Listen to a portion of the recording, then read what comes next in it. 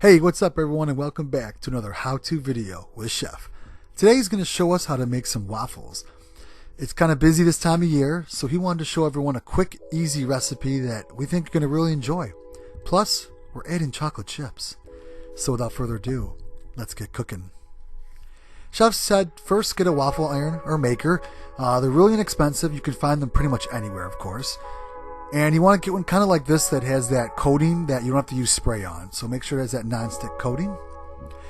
Now Chef does realize we are using boxed waffles today, but with the busy holiday season, we want to show you don't have to make these from scratch.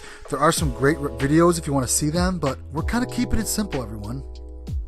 So by following these ingredients and directions on the box, just go ahead and add the mixture along with some water.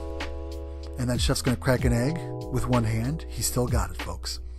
And then a little bit of oil. And of course you prepare these based off how many you want. Chef's now going to go ahead and whisk this into a nice batter.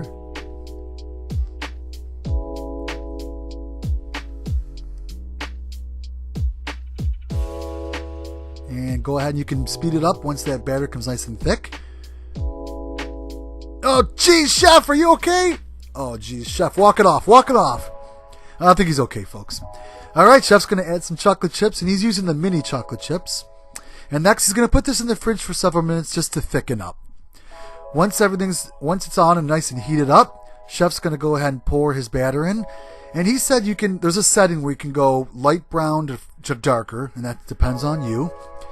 And Chef said to fill your waffle iron to right around kind of this level. You don't want to overfill it. It will come off the sides. So just about to there, he said. Put it down and flip it. And there's a cool little ready light on his, so he flips it back. And then there it is. Nice golden brown crisp waffles. Hot waffles, I should say. Go ahead and plate this up with a couple tabs of butter. And then go ahead and add your next very nice crisp golden brown and hot waffle. And then a couple more tabs of butter. Chef said if you want to have some nice diced up fruit, there's some berries. He's got some watermelon, which will go perfect with this. You can do that as well.